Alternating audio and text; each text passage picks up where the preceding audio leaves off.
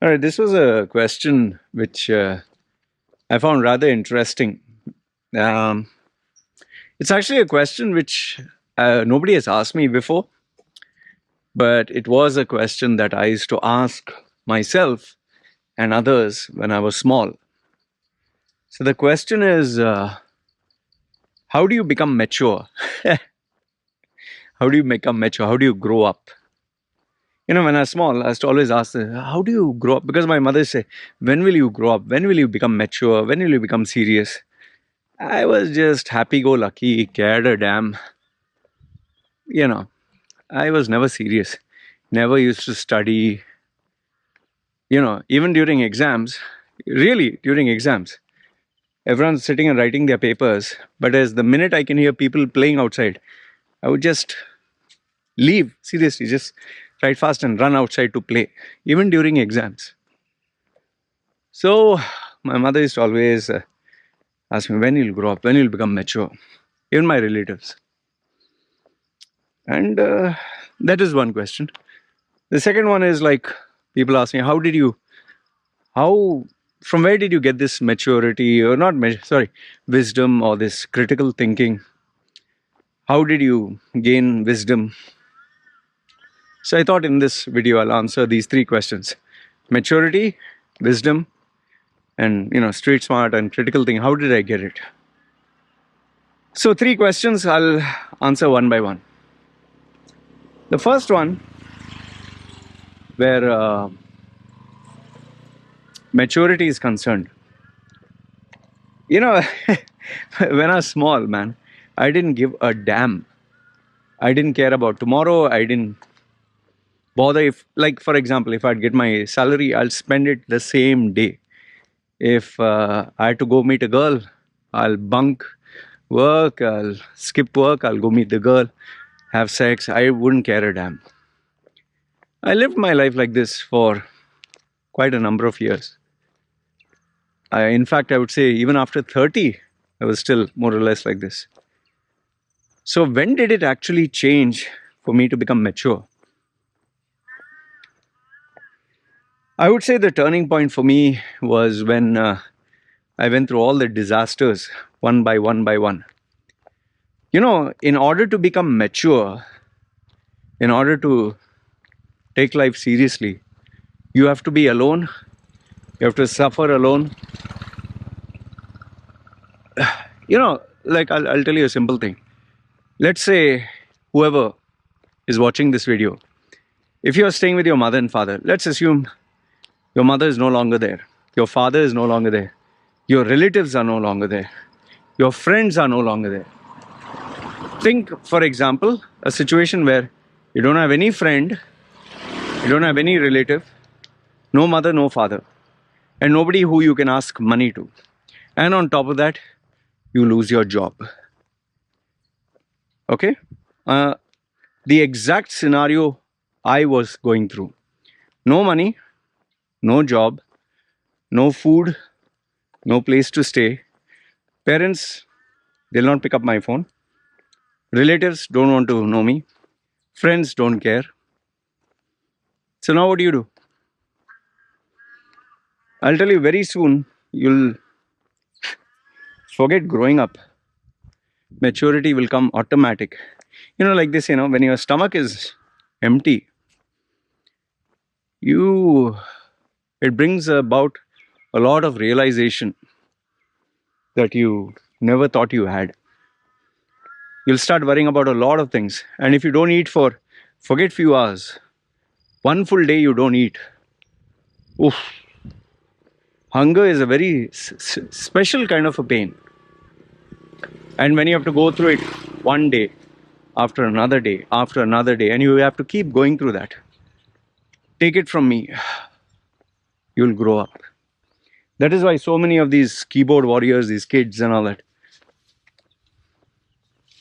get out of your house, take your own apartment, pay the own rent, own water, own food, live life by yourself.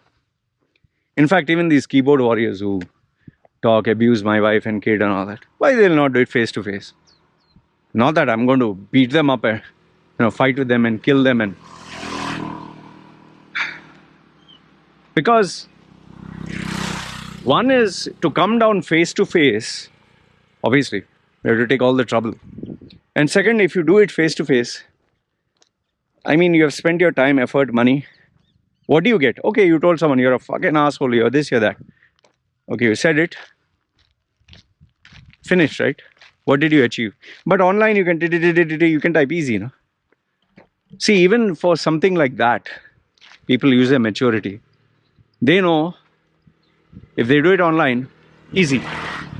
But real life, it's not just a matter of guts. They think, why am I going to waste my time, travel all the way, come down? What do I achieve? They actually ask themselves, what do I achieve? But I can assure you this much.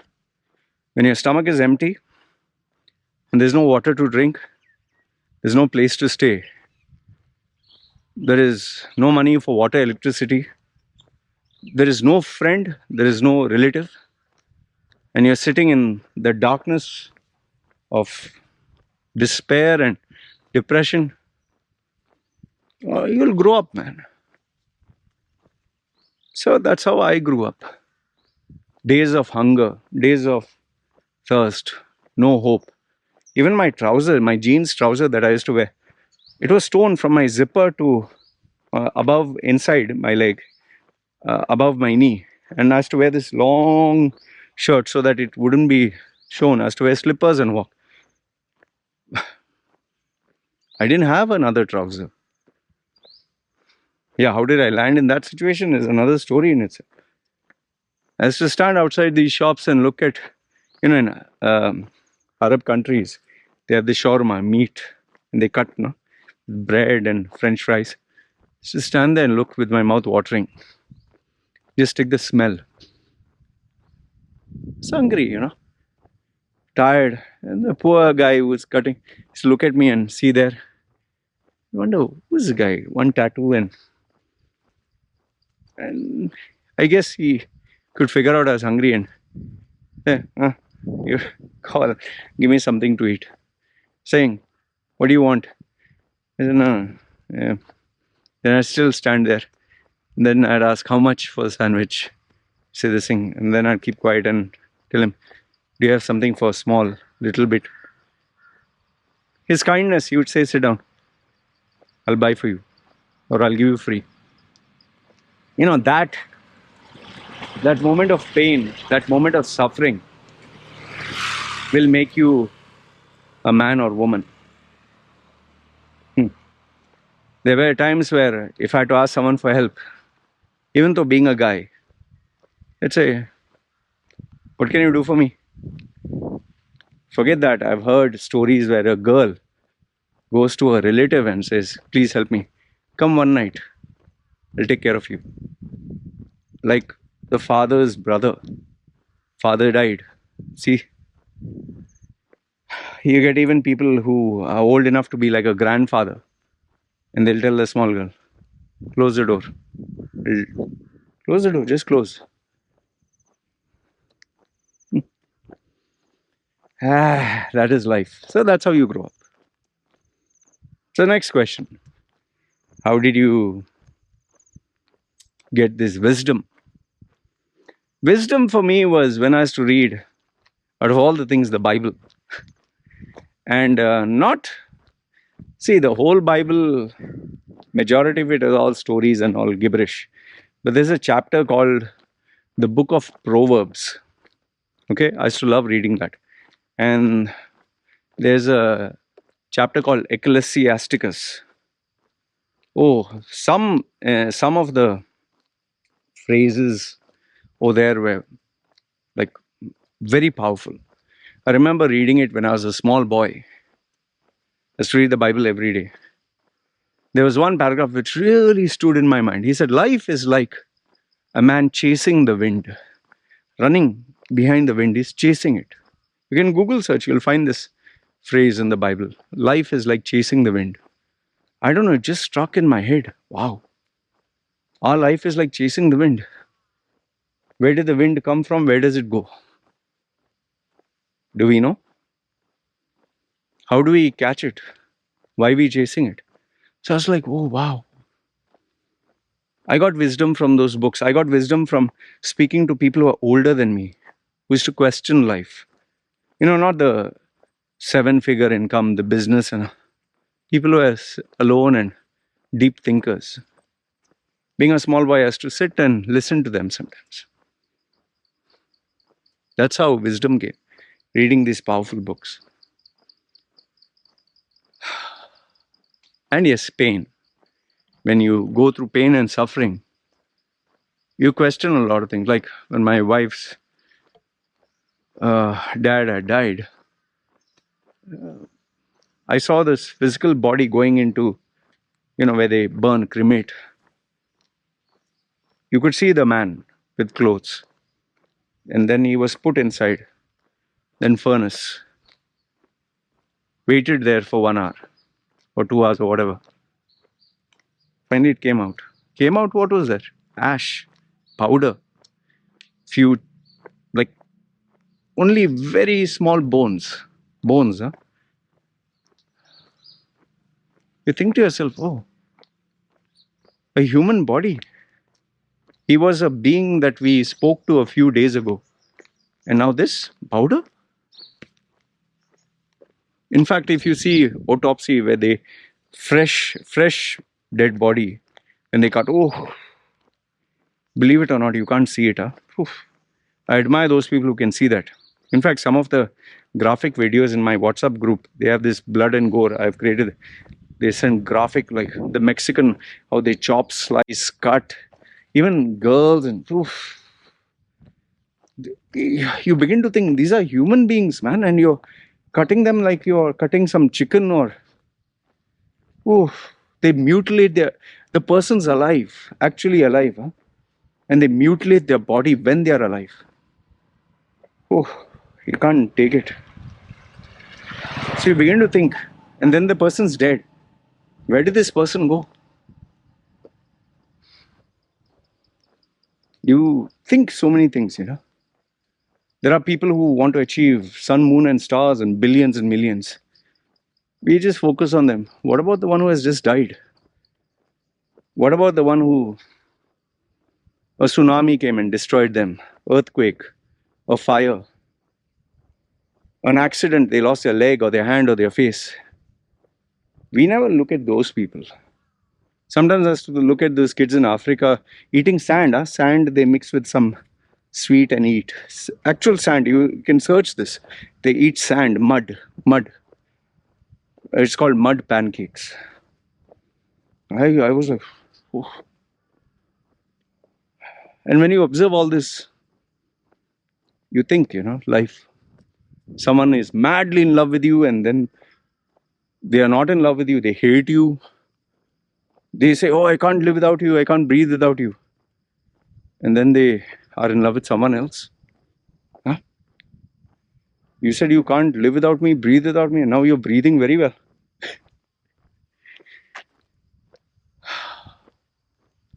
Finally, it comes down to, how am I street smart? Loy Machedo, street smart. Very intelligent. See these doggies. Hey, doggy. Come here. Yeah? They're bored. So how am I street smart? That I'll tell you is, there's this saying, I could see further because I stood on the shoulders of giants. One of my favorite sayings. If I could see further, it's because I stood on the shoulders of giants. All my mentors, I never had a father, a role model. In fact, the person who was actually my father was never there. I don't know him. I've never seen him. I only saw his photographs. Daniel Leslie Machedo. So I never seen him. Just his photograph. I wish I'd kept that photograph, but anyway, it's no longer there. Short piddly fuck. And then the stepfather who I got. Oh my goodness. You can make a torture porn and he could star in that. The only human being I absolutely hate. Absolutely hate. Hate is an understatement. Hate is a small word for how I feel about this man. Because I would take an immense amount of pleasure to know that he suffers. And I don't want him to die. I want him to suffer and live 20, 30 years suffering so much agony and pain for what he did to me when I was small. So I never had a father. I never had parents. Just a small boy going through life, no guidance, nobody, just lost, doing all crazy stuff. So how did I grow up? Suffering was a very important part of it. But it's because someone took me under their wing and said, and they didn't say, I'll guide you, but they were there to listen to me, talk to me, encourage me, correct me. And anytime I wanted someone to talk to, I would rush to them. And they were there for me. I've told you, my mentor Murad, my mentor Gabriel D'Souza. Okay, fine, Gabriel, fine, he did it for a particular reason, but he was there. Murad, then Gabriel, then Jacques Sophie, who was my coach for, marathon training. He and I, we don't get along at all, but his coaching made me the runner that I was. I owe this to him. My health, I was able to strengthen my body because of him. See, you can't mix both of them.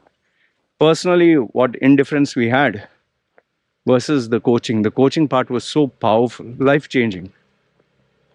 And that is where I owe it to them.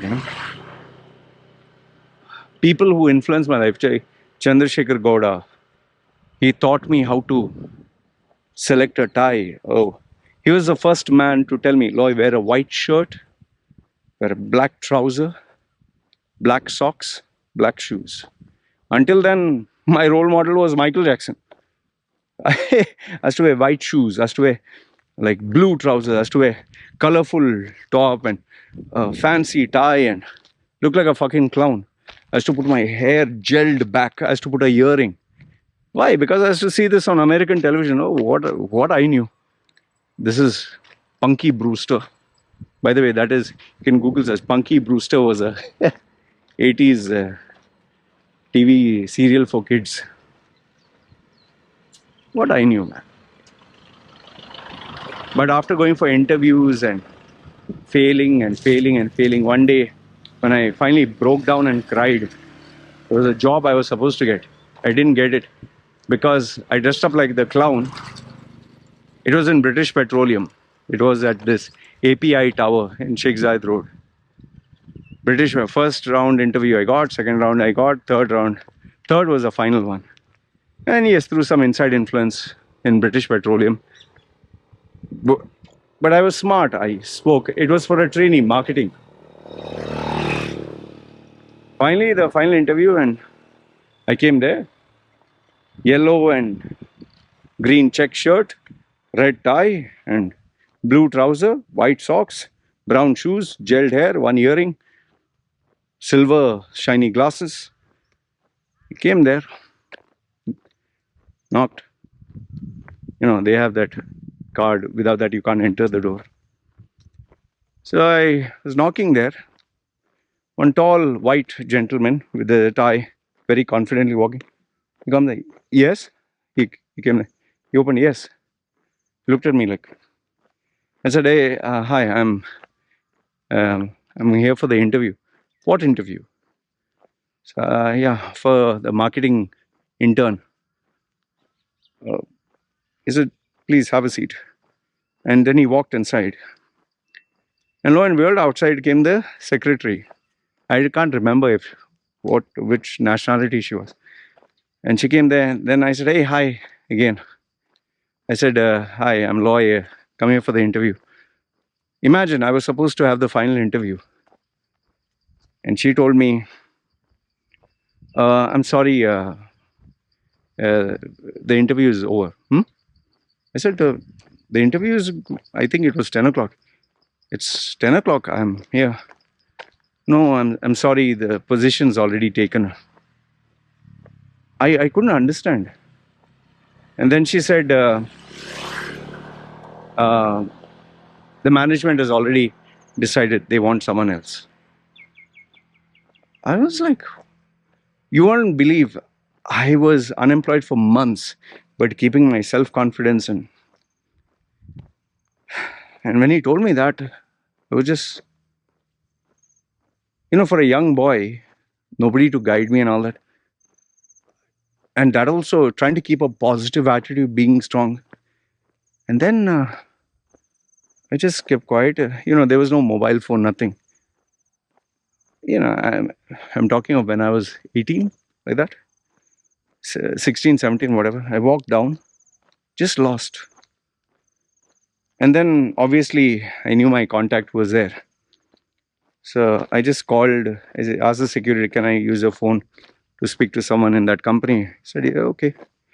So I asked for that man, and then he came. He said, okay, Loy, I'll come down. He came down and he saw me down.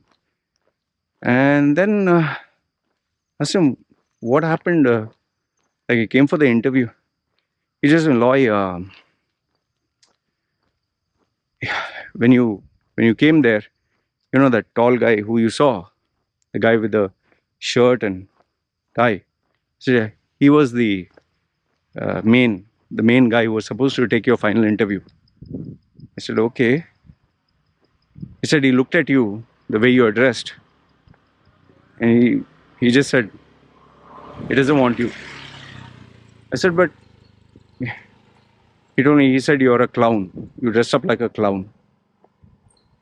I'll tell you, oh, it hit me like, oh. I just kept quiet, and he said, I'm sorry. And I'll tell you, they say time stands still, no? Just walk like this, and I walked out, and I remember walking from Sheikh Zayed Road. Those days there were not many cabs and all that. And anyway, I didn't have money for a cab. Walked all the way from Sheikh Zayed Road, all the way, took sharing cab, went to Bird Dubai, where this guy, Chandrasekhar Gowda, was there. That man who eventually ended up cheating my parents, I don't know.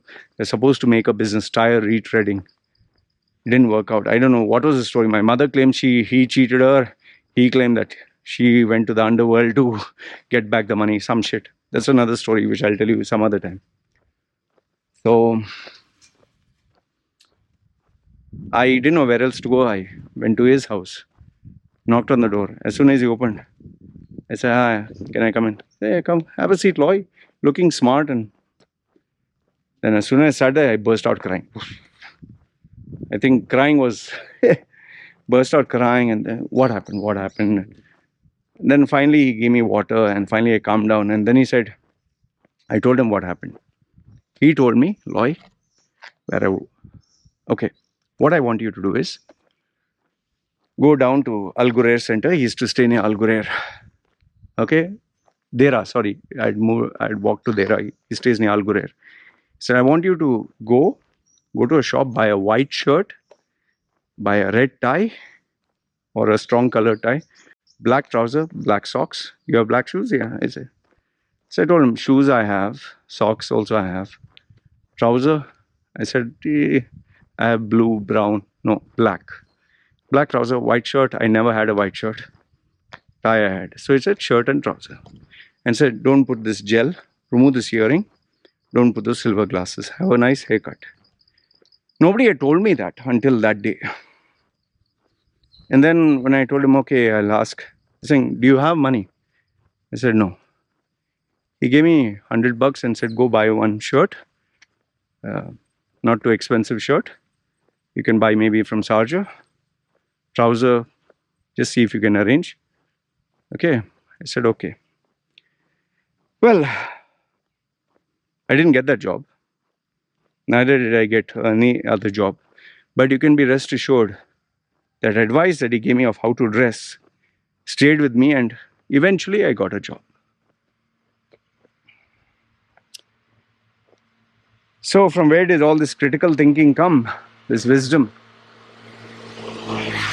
Being around people like these, sitting with them, talking to them. In fact, my mentor Gabriel D'Souza, who I worked with in Quick Electric, day and night, I used to talk to him.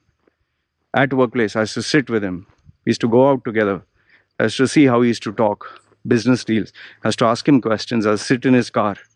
Every single day, I would ask him questions over life, love, sex, friendship, business, strategy. I would pick his brains. I'm telling you, I'm lucky that he never charged me money for the actual mentoring he gave me, the 6 years. Oh. And then, yes, obviously, I had to get a reset button. After I left him, I suffered immensely for 2, 3 years. But all his wisdom, all his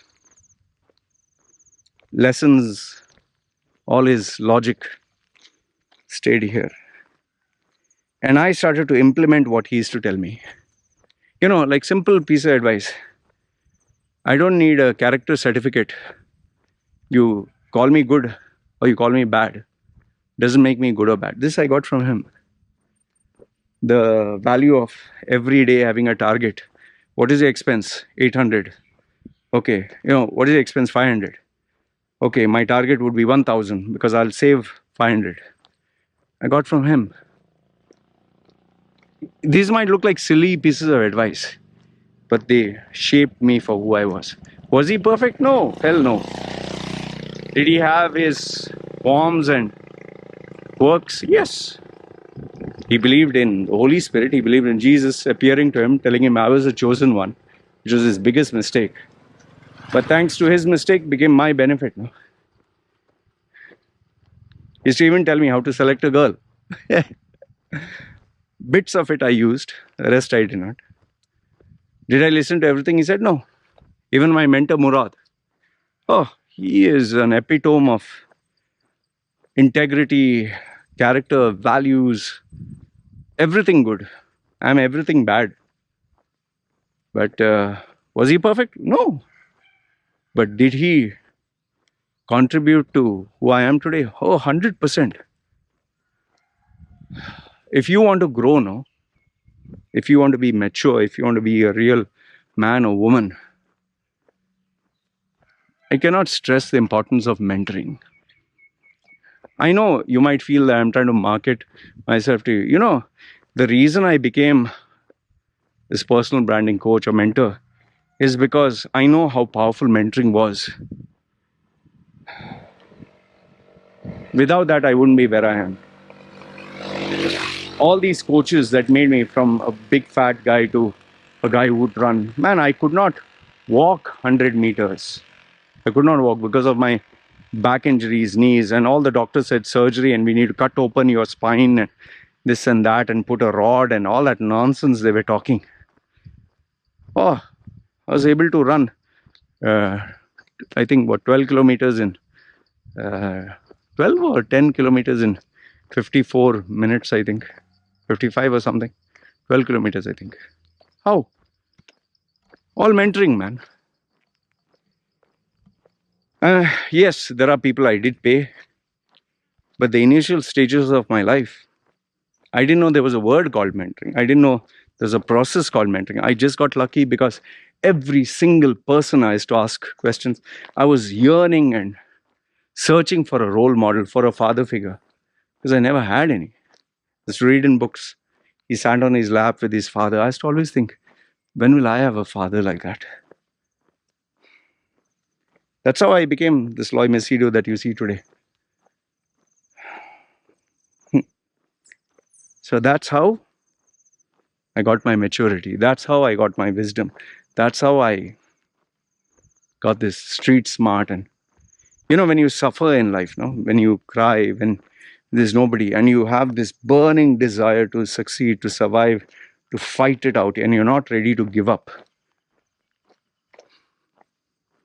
And then you meet these role models or people who change. That's how you become. That's how I became. And yes, eventually today, as I'm grown up, I can't expect to get free mentoring. Why do you think I pay money, buy books? Why do you think I pay professionals to take their advice? Why do you think I myself go to my mentors where I learn? But obviously, you have to keep it confidential because my controversial character, they don't want to associate with me publicly. And that's how I am where I am today. I never had a mother, father. And I'm hoping this rubs off on my wife and kid. That's the only thing I can leave. No? So if you are searching, how can you grow up, become mature, get wisdom, learn through life? This is how. That's why I got into this career path. The people who have the burning desire, the fire, and who think, yes, irrespective of this guy's madness, he can be a good mentor, they come to me. The rest, happy go lucky, do what you want. Anyway, I hope this added some value to you. Let me know your thoughts in the comments below, good, bad, ugly, whatever. And we'll see you in the next video. You guys take care. It's me signing off. Ciao. Agree with you, but I definitely believe you have a right to your opinion. So please do state your opinion and let me know. All right? You guys take care. It's me signing off. Ciao.